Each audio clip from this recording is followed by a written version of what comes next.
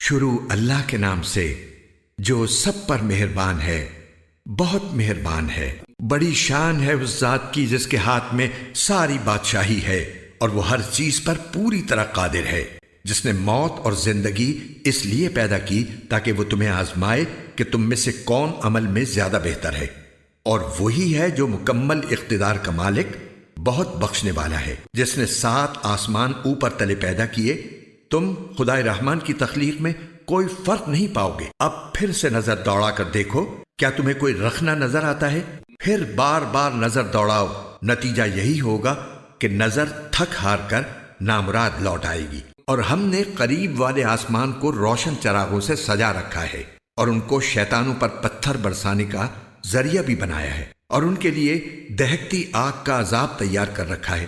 اور جن لوگوں نے اپنے پروردگار سے کفر کا معاملہ کیا ہے، ان کے لیے جہنم کا عذاب ہے، اور وہ بہت برا ٹھکانہ ہے۔ جب وہ اس میں ڈالے جائیں گے تو اس کے دھاڑنے کی آواز سنیں گے اور وہ جوش مارتی ہوگی، ایسا لگے گا جیسے وہ غصے سے پھٹ پڑے گی۔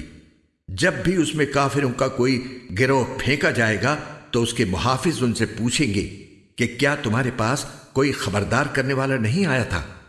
وہ کہیں گے کہ ہاں، بے شک ہمارے پاس خبردار کرنے والا آیا تھا، مگر ہم نے اسے جھٹلا دیا اور کہا کہ اللہ نے کچھ نازل نہیں کیا، تمہاری حقیقت اس کے سوا کچھ نہیں کہ تم بڑی بھاری گمراہی میں پڑے ہوئے ہو۔ اور وہ کہیں گے کہ اگر ہم سن لیا کرتے اور سمجھ سے کام لیا کرتے تو آج دوزخ والوں میں شامل نہ ہوتے۔ اس طرح وہ اپنے گناہ کا خود اعتراف کر لیں گے۔ غرض پھٹکار ہے دوزخ والوں پر۔ اس کے برخلاف جو لوگ بن دیکھے اپنے پروردگار سے ڈرتے ہیں، ان کے لیے بے شک مغفرت اور بڑا اجر ہے۔ اور تم اپنی بات چھپا کر کرو یا زور سے کرو، سب اس کے علم میں ہے، کیونکہ وہ دلوں تک کی باتوں کا پورا علم رکھنے والا ہے۔ بھلا جس نے پیدا کیا وہی نہ جانے، جبکہ وہ بہت باریک بین مکمل طور پر باخبر ہے۔ وہی ہے جس نے تمہارے لیے زمین کو رام کر دیا ہے، لہٰذا تم اس کے مونڈوں پر چلو پھرو اور اس کا رزق کھاؤ، اور اسی کے پاس دوبارہ زندہ ہو کر جانا ہے۔ کیا تم آسمان والے کی اس بات سے بے خوف ہو بیٹھے ہو کہ وہ تمہیں زمین میں دھسا دے تو وہ ایک دم تھر تھرانے لگے؟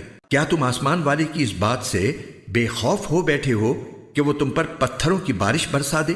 پھر تمہیں پتہ چلے گا کہ میرا ڈرانا کیسا تھا۔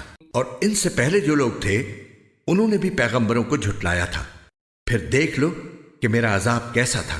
اور کیا انہوں نے پرندوں کو اپنے اوپر نظر اٹھا کر نہیں دیکھا کہ وہ پروں کو پھیلائے ہوئے ہوتے ہیں اور سمیٹ بھی لیتے ہیں؟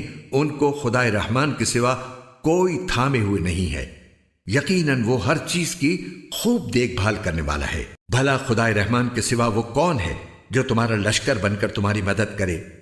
کافر لوگ تو نرے دھوکے میں پڑے ہوئے ہیں۔ اگر وہ اپنا رزق بند کر دے تو بھلا وہ کون ہے جو تمہیں رزق عطا کر سکے؟ اس کے باوجود وہ سرکشی اور بیزاری پر جمے ہوئے ہیں۔ بھلا جو شخص اپنے منہ کے بل اوندھا چل رہا ہو وہ منزل تک زیادہ پہنچنے والا ہوگا، یا وہ جو ایک سیدھے راستے پر سیدھا سیدھا چل رہا ہو؟ کہہ دو کہ وہی ہے جس نے تمہیں پیدا کیا ہے اور تمہارے لیے کان اور آنکھیں اور دل بنائے، مگر تم لوگ شکر تھوڑا ہی کرتے ہو۔ کہہ دو کہ وہی ہے جس نے تمہیں زمین میں پھیلایا اور اسی کے پاس تمہیں اکٹھا کر کے لے جایا جائے گا۔ اور یہ لوگ کہتے ہیں کہ اگر تم سچے ہو تو بتاؤ کہ یہ وعدہ کب پورا ہوگا؟ کہہ دو کہ اس کا علم تو صرف اللہ کے پاس ہے، اور میں تو بس صاف صاف طریقے پر خبردار کرنے والا ہوں۔ پھر جب وہ اس قیامت کے عذاب کو پاس آتا دیکھ لیں گے تو کافروں کے چہرے بگڑ جائیں گے، اور کہا جائے گا کہ یہ ہے وہ چیز جو تم مانگا کرتے تھے۔ اے پیغمبر، ان سے کہو کہ ذرا یہ بتلاؤ کہ چاہے اللہ مجھے اور میرے ساتھیوں کو ہلاک کر دے یا ہم پر رحم فرما دے، دونوں صورتوں میں کافروں کو دردناک عذاب سے کون بچائے گا؟ کہہ دو کہ وہ رحمان ہے، ہم اس پر ایمان لائے ہیں اور اسی پر ہم نے بھروسہ کیا ہے۔